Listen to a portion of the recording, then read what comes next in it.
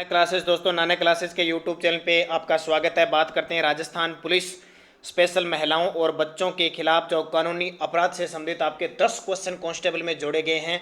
5 number के आएंगे, तो वो 5 नंबर पक्के करने के लिए हम स्पेशल आपके लिए क्वेश्चन लेके आए और पार्ट नंबर 6 यहाँ पे सरल भाषा में आपको पूरा मुख्य तथ्य के साथ क्वेश्चन इंपॉर्टेंट 10 इंपॉर्टेंट क्वेश्चन आपको कराएंगे। तो जल्दी से वीडियो को शेयर कर दो अपने दोस्तों में और आप खुद सारे लाइक कर दो। और अगर आप चैनल पे नए हैं तो इसको सब्सक्राइब कर लो, क्योंकि हमारे चैनल पे खूब सारे आपको जीके, राजस्थान जीके के, इंडिया जीके के और सुबह 7 बजे राजस्थान करंट अफेयर्स के वीडियो प्राप्त होते हैं। शुरुआत करते हैं। तो सारे विद्यार्थी सब्सक्राइब नहीं किया तो लाइक, शेयर और कमेंट करते जाना जो जो क्वेश्चनों के जवाब होंगे। पहला क्वेश्चन देखिए, समय किसी व्यक्ति, समूह या समुदाय के विरुद्ध उन्हें किसी प्रकार के मानसिक और शारीरिक चोट पहुंचाने के लिए जानबूझकर किए गए शक्ति के प्रयोग को क्या कहा जाता है? जानबूझकर जो शक्ति का प्रयोग किया जाता है उसे हिंसा कहा जाता है। और अपराध क्या होता है?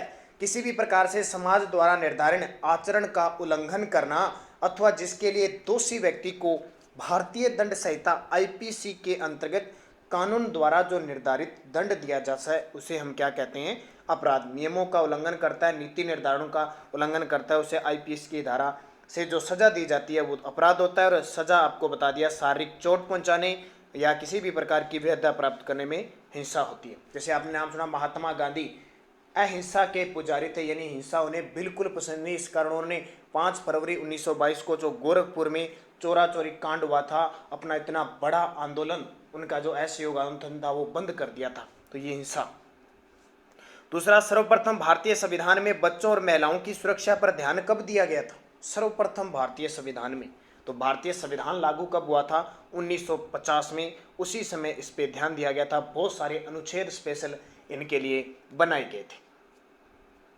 तीसरा, भारतीय दंड संहिता आईपीसी एक व्यापक कानून कब लागू किया गया? आईपीसी भारतीय दंड संहिता जो सबसे ज्यादा हमें इस क्वेश्चन में पूछे हैं, क्वेश्चन पढ़ते हैं कि आईपीसी की धारा, इसके तहत सजा दी जाती है, इसके तहत ये दी जाती है, ये कब लागू किया गया? ये आपको याद रहना चाहिए। 1860 में लागू किया गया। क्या? आईपीसी। यह भारत के किसी भी नागरिक द्वारा किए गए अपराधों के बारे में बताता है, ध्यान रखना, और उनमें से प्रत्येक के लिए ये सजा व जुर्माना बताता है, ध्यान रखना, बहुत इंपॉर्टेंट। चौथा, निम्न में से भारतीय दंड संहिता की धारा कौन सी सत्य नहीं है? कौन सी सत्य नहीं है?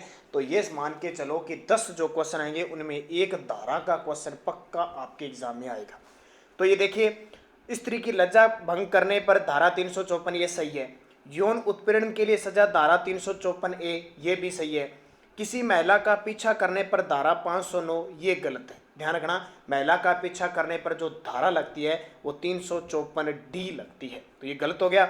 और किसी महिला पर तांक झांक करना, ठीक है, जांच नहीं है, तांक झांक करना, ये धारा 354C के अंतर्गत आती है, ध्यान रखना। किसी महिला पर तांक झांक करना ये थोड़ा सा मिस्टेक है, हो रहा है, ये 354 ये सही है, 354C के अंतर्गत आता है। पांचवा देखिए, यदि कोई व्यक्ति किसी महिला पर शब्द, अंग विक्षेप या कार्य जो किसी स्त्री की लज्जा का अनादर करने के लिए आशयत है तो उस धारा के तहत कार्रवाई होगी। यदि कोई व्यक्ति किसी महिला पर शब्द, अंग विक्षेप या कार्य जो किसी स्त्री की लज्जा का अनादर करने के लिए आशयत है तो किस धारा के अंतर्गत कार्रवाई होगी? तो धारा 509 के तहत, धारा 509 के तहत। यहाँ एक ऑप्शन है धारा 354B, किसी महिला के साथ बलपूर्वक या हमले द्वारा किसी स्त्री की लज्जा भंग करना, वो धारा 354B में। तो ये धाराएं बहुत है, उनके भाग बहुत है, थोड़ा मुश्किल हो जाता है। तो आपको जो धाराएं याद करनी है वो मेन धाराएं याद करनी है। भारतीय दंड संहिता संशोधन अधिनियम 2018 के तहत महिला के साथ सामूहिक बलात्कार की स्थिति में दोषियों को आईपीसी की किस धारा के तहत सजा मिलती है? आपने अभी देखा होगा कि निर्भया कांड हुआ था, जिन्हें अभी सजा मिली थी, तो किस धारा के तहत, यानी महिलाओं के साथ सामूहिक बलात्कार किए जाते हैं तो आईपीसी की धारा 376D के तहत, धारा 376D के तहत यह सजा दी जाती। और 76B क्या है? धारा 376B, तो पति द्वारा पत्नी से अलग होने की स्थिति में पति द्वारा पत्नी की सहमति के बिना अगर उससे शारीरिक संबंध बनाया जाता है तो वो बलात्कार माना जाता है, वो धारा 376B में आती है। 7 नंबर, किसी महिला के साथ सामूहिक बलात्कार करने पर आईपीसी की धारा के तहत कितने वर्ष की सजा होती है। देखिए आज मैं सारे क्वेश्चन भारतीय दंड संहिता पे ज़्यादातर लेके आया हूँ। तो आईपीसी की धारा के तहत कितने वर्ष की सजा होगी, तो ये 20 वर्ष की सजा होगी। आईपीसी की धारा 376D होती है, ये 376D के तहत दोषियों को सजा की अवधि 20 वर्ष रखी गई है। और इतना अभिन्न अगर अपराध होता है तो उसे मृत्यु दंड भी दिया जाता है। 8 नंबर, किसी महिला पर तेजाबी हमला करने पर दोषी को कितने साल की सजा हो सकती है। आपने बहुत सारी फिल्में देखी होगी, उसमें महिलाओं के ऊपर जो अपने जिसका रोल अपनाते हैं, डाकू वगैरह क्या करते हैं या किसी भी प्रकार से बलात्कार करते हैं, या उसके बाद में उसको तेजाब डाल दिया जाता है उसके मुँह पर या शरीर पर किसी भी अंग पर। तो तेजाबी हमला करने पर दोषी को कितने साल की सजा है, 10 वर्ष की सजा भी ध्यान रखना। आम नागरिकों को नुकसान न पहुंचे, महिलाओं बालकों का विकास हो, वो निरपराध रहे किसी भी प्रकार से, तो ये धाराएं लगती है। तो कितनी सजा, 10 वर्ष। भारतीय साक्ष्य अधिनियम में संशोधन के तहत अगर बलात्कार पीड़िता को मानसिक और शारीरिक रूप से क्षति पहुंचती है और न्यायालय में बयान देने में यानी सक्षम नहीं होती है, अक्षम हो जाती है, तो वह अपना बयान कैसे न्यायालय में दर्ज कर सकती है।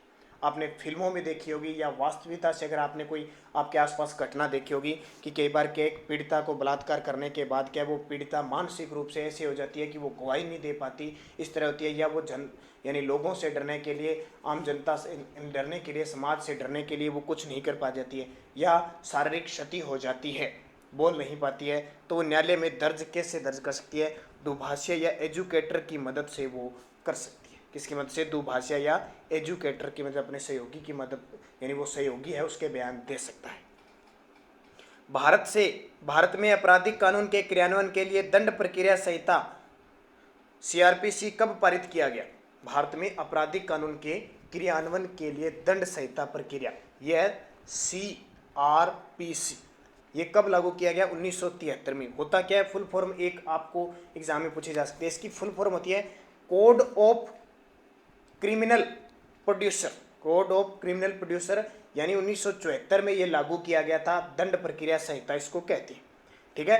तो जो सीआरपीसी की जो कानून में 2 प्रक्रिया होती है, कौन कौन सी, एक प्रक्रिया पीड़िता के संबंध में होती है और दूसरी प्रक्रिया आरोपी के संबंध में होती है। और ये दोनों प्रक्रिया किसको होती है, पुलिस जांच के दौरान अपनाती है। तो ये दोनों की दोनों ध्यान रखना। और जो सीआरपीसी अधिनियम है, अगर 12 वर्ष से कम उम्र की स्त्री के साथ बलात्कार किया जाता है तो उसके तहत धारा 376AB के तहत सजा दी जाती है। तो अगला जो मैं वीडियो लेके आऊँगा ना, उसमें स्पेशल आपके लिए सीआरपीसी की धारा के तहत वो क्वेश्चन दूंगा जो आपके लिए इंपॉर्टेंट होगा। तो यहाँ मैंने आपको 10 वो क्वेश्चन दिए आईपीसी की धारा, ताकि आपके लिए इंपॉर्टेंट हो, क्योंकि ज़्यादा क्वेश्चन डालने से बने आपको छोटा वीडियो मिले, लेकिन 10-10 क्वेश्चन आप क्लियर करते रहो। अब ये मैंने 10 क्वेश्चन दिए, बढ़िया तरीके से पढ़ना है ताकि बाद में इन क्वेश्चनों को भूलो नहीं। तो धन्यवाद, लाइक करो सारे विद्यार्थी, शेयर करो, सपोर्ट करो ज़्यादा से ज़्यादा, लगातार आपको वीडियो उपलब्ध होते रहे।